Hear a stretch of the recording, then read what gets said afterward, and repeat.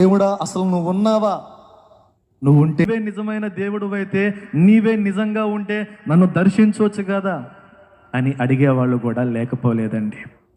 కానో మాట చెప్పనా, ఈరోజు నువ్వు అడగలా, ఈరోజు నువ్వు ప్రభువుని అడగల నాతో మాట్లాడని. ఏదో సరదాగా వచ్చి కూర్చున్నావు. ఎప్పుడో ఆ కూర్చున్న సమయంలో నీ గుండెలో ఉన్న వేదన చూసి నీతో మాట్లాడింది నజరేయుడైన యేసు. హల్లెలూయా. నా జీవితమే ఉదాహరణ అండి. ఎందుకనంటే, నేను యవనస్తునిగా ఉన్నప్పుడు నాకు ఒక నర సంబంధమైన బలహీనత వచ్చింది. నరాల్లో బ్లడ్ క్లాట్ అయిపోయి, రక్త ప్రసరణ ఆగిపోయి, కాలి దగ్గర నుంచి ఈ నెత్తి వరకు బ్లడ్ పంపింగ్ ఆగిపోయి, చేయి పని చేయటం ఆగిపోయింది, కాలు పని చేయటం ఆగిపోయింది. నడుస్తున్నాను, పని చేస్తున్నాను, కానీ హెవీ వెయిట్స్ ఏం మొయ్యలేను, ఎక్కువ బరువులేం మొయ్యలేను. ఎన్నో హాస్పిటల్ తిరిగాను, ఎంతోమంది వైద్యులకు చూపించాను. ఇంచుమించుగా నాకు తెలిసి 5 సంవత్సరాలు ఎన్నో హాస్పిటల్స్, గుంటూరు, హైదరాబాద్, ఎన్నో వైద్యులకు చూపించాను. ఎక్కడికి వెళ్ళినా ఉపయోగం లేదు. నా తండ్రి నాతో చెప్పేవాడు, అరే నువ్వు ఎన్ని హాస్పిటల్ తిరిగినా, ఎన్ని చోట్లకు వెళ్ళినా, నువ్వు దేవుణ్ణి పట్టుకోకపోతే ఎటువంటి ఉపయోగం లేదు. నీ జీవితంలోకి యేసు రాకపోతే నువ్వు ఎన్ని మెడిసిన్స్ వాడినా ఉపయోగం లేదు అని చెప్తా ఉండేవాడు. నేను లక్ష్య పెట్టేవాడిని కాదు. ఆయన సేవకుడు, ఏదో ఆయన మాట ఆయన చెప్తాడు, మనం చేసే ప్రయత్నం మనం చేయాలి కదా అని ఎన్నో హాస్పిటల్స్ తిరుగుతూ ఉండేవాడిని. నేను ఎన్నో ఊహలు ఊహించుకున్నాను. బాగా చదువుకోవాలి, మంచి ఉద్యోగం సంపాదించాలి, బాగా డబ్బులు గడించాలి. ఎందుకని? దైవ సేవకుని కష్టం నాకు తెలుసు, ఆయన పడే శ్రమ నాకు తెలుసు. నా చిన్నప్పుడు అనుకునేవాడిని, ఏ ఉద్యోగమైనా చేసుకోవాలి, కానీ ఈ సేవలోకి మాత్రం రాకూడదు. ఎందుకని? అమ్మో, ఇన్ని కష్టాలు మన వల్ల అవుతాయా? ఈ కరువు, ఈ అవమానాలు, నిందలు మన వల్ల కాదులే, ఈ బ్రతుకొద్దు, మనకి ఏదైనా ఉద్యోగం చేసుకుందాం అని నేను ఊహించుకునేవాడిని. నా అడుగులన్నీ, నా చదువంతా ఉద్యోగం వైపే ఉండేది. నేనొకటి తలుస్తే నా దేవుడు ఇంకొకటి తెలిచాడండి. నాకు వచ్చిన ఆ జబ్బు నిమిత్తం ఎన్నో హాస్పిటల్ తిరిగాను. అనుకునేవాడిని, నా స్నేహితులు మొత్తం నాతోనే ఉంటారు కదా, నా బంధువులు మొత్తం నాతోనే ఉంటారు కదా, నా వాళ్ళంతా నాతోనే ఉన్నారు కదా, నాకు దిగులేంటిలే, నాకు భయం ఎందుకు, నా వాళ్ళంతా ఉన్నారు కదా అనుకొని సంతోషపడిపోతూ ఉండేవాడిని. ఎందుకని? ప్రతి ఒక్కరు వచ్చి, నాయన బాగాలేదంటే ఏంటి నీకు అని అడగటం, పరామర్శించటం నాకు చాలా బాగా నచ్చేది. అయితే ఓ హాస్పిటల్కి వెళ్తే ఆ హాస్పిటల్లో ఆయన చెప్పాడు, నాయన దీనికి ట్రీట్మెంట్ జరగాలి అంటే తమిళనాడులో ఒక హాస్పిటల్ ఉంది, అడవిలో ఉంటుంది అది, నువ్వు అక్కడికి వెళ్తే ఏదైనా క్యూర్ అవ్వచ్చేమో అంటే, చేసేదేం లేక తమిళనాడులో ఉన్న ఆ హాస్పిటల్కి వెళ్ళాం. ఆ హాస్పిటల్లోకి వెళ్ళి చూశాను, నాలాంటి పేషెంట్లు ఎంతోమంది ఉన్నారు.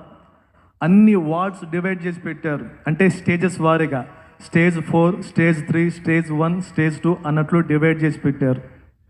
స్టేజ్ 4లో ఉన్న వ్యక్తులను చూస్తే అసలు చూడలేకపోయాను. బ్లడ్ పంపింగ్ అనేది ఆగిపోయి, రక్త ప్రసరణ ఆగిపోయి, బాడీ అంతా పాలిపోయి, పురుగులు పట్టి, ఆ రూమ్లోకి అడుగు పెడదామన్నా కూడా అవకాశం వెళ్ళినంత దుర్వాసన వస్తుంది. వాళ్ళని చూశాను, చావు కోసం ఎదురు చూస్తూ ఉన్నారు. వాళ్ళలో ఒక అతను నాతో అన్నాడు, అయ్యా చావన్న రావట్లా, ఏం జబ్బయ్యా ఈ జబ్బు, చచ్చిపోతే బాగుండు, చావన్న రావట్లా అని ఒక యవనస్తుడు నాతో అన్నాడు. 27 ఏళ్ళు ఉంటాయి. 27 ఏళ్ల యవనస్తుడు ఆ మాట నాతో అంటే నా గుండె బరువెక్కిపోయింది.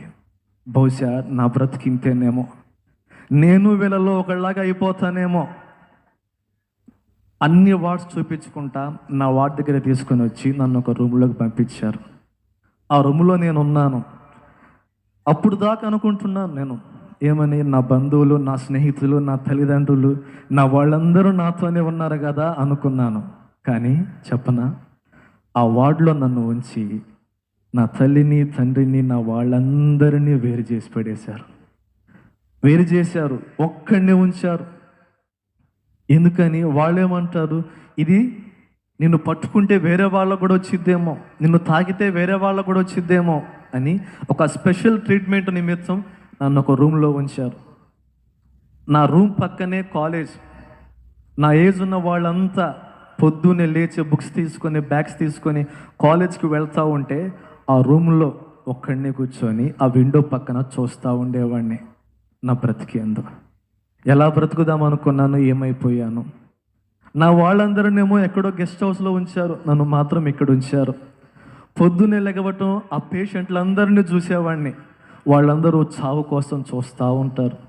నేను స్టేజ్ 1లో ఉన్నా కదా, వాళ్ళందరూ స్టేజ్ 2, 3, 4 వాళ్ళ పక్కన కూర్చుంటే ఆ వచ్చే వాసనకి చాలా ఇబ్బంది పడేవాడిని.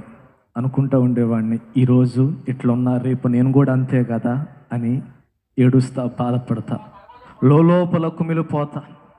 ఎంతోమంది వచ్చారు, ఓదార్చారు, ఫోన్ చేశారు, ఏం కాదులే తగ్గిపోయిద్దిలే, మంచి మందులే అని ఎన్నో చెప్పారు. మనసులో మాత్రం కలవరం, దిగులు, వేదన. నాకు ఆ ఒంటరి సమయంలో నా తండ్రి నాతో చెప్పిన మాటలు గుర్తొచ్చినాయి. నా తండ్రి చెప్పాడు, నాయనా ఒకరోజు నేను వెళ్ళిపోతా, మీ అమ్మ వెళ్ళిపోయేది, నీతో ఉన్న వాళ్ళు మొత్తం వెళ్ళిపోతారయ్యా.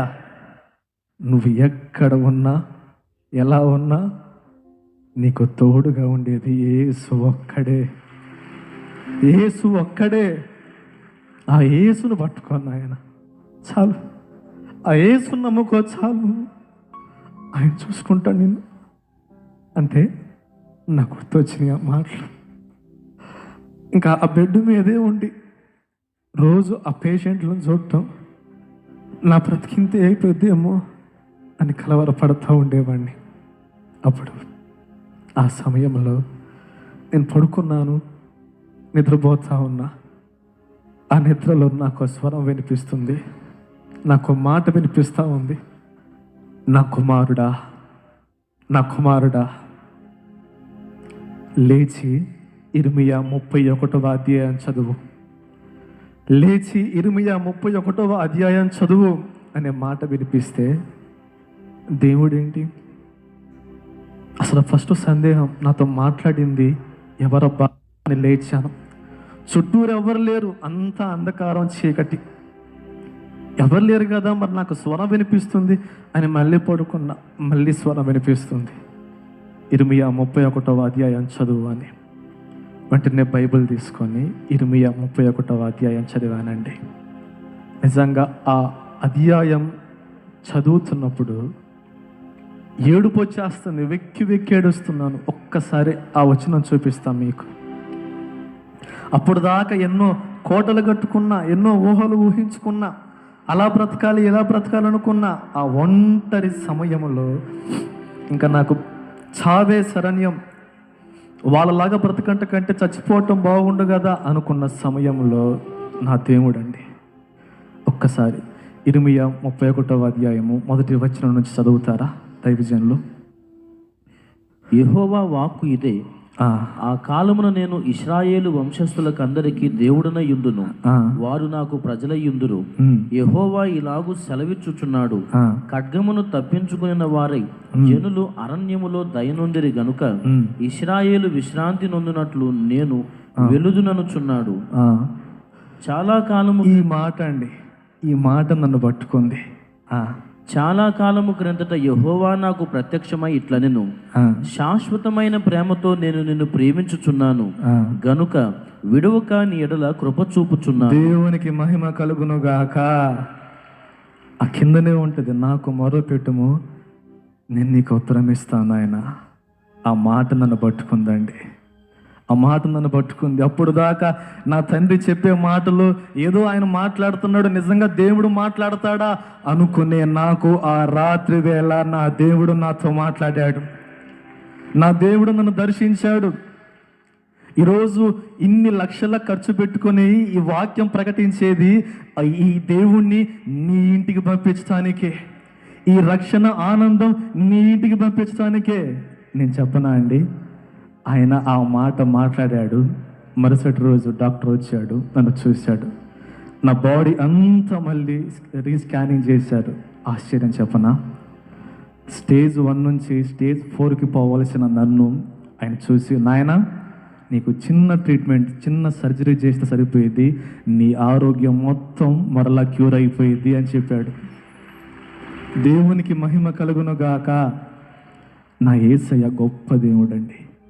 నీవు నిజంగా నీ జీవితంలోకి ఆయన్ను ఆహ్వానిస్తే, నీవు నిజంగా ఆయనను నీ హృదయంలోనికి ఆహ్వానిస్తే, ఆయన తల కింద పెట్టి కాళ్ళు పైన పెట్టమనలా, ఎన్నో పూజలు పుణ్యనది స్నానాలు చేయమనలా, నీ పాపము విడిచిపెట్టమన్నాడు. నీ పాపము విడిచిపెట్టి ఆ పాప శాప బంధకాల నుంచి, ఆ నరకము నుంచి బయటకు రావాలనే ఆయన నీ కొరకు నా కొరకు ప్రాణం పెట్టాడండి. నీ పాపముల కోసం, నా పాపముల కోసం సిలువలో బలియాగమయ్యాడు. నీ రోగమును నా రోగమును ఆయన భరించాడు.